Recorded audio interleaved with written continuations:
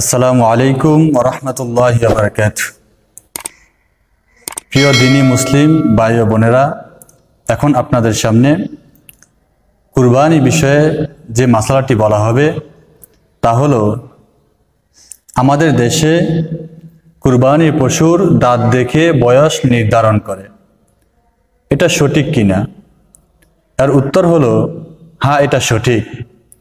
কারণ পশু বিশেষজ্ঞ যারা আছেন, যারা পশুর সম্পর্কে ভালো জানেন এবং বুঝেন, যারা পশু লালন পালন করেন, পশুর গালের ভিতরে বিশেষ এক ধরনের দাঁত রয়েছে, যেখান থেকে একটি দাঁত পড়লে তারা বুঝেন পশুটির বয়স 1 বছর হয়েছে।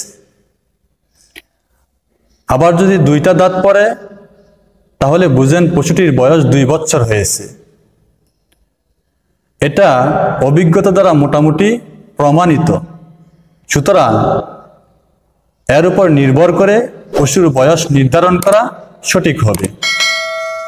তবে যদি নিশ্চিতভাবে জানা যায় কোনো পশুর 1 বছর বা 2 বছর হয়েছে, অথবা ওই পরিমাণ বয়স হয়েছে যেই পরিমাণ বয়স হলে কুরবানি করা সঠিক হয়, সেই পরিমাণ বয়স হয়েছে কিন্তু পশুটির দাঁত পড়ে নাই, তখন এমন অবস্থায় ওই পশু দ্বারা কুরবানি করা সঠিক হবে।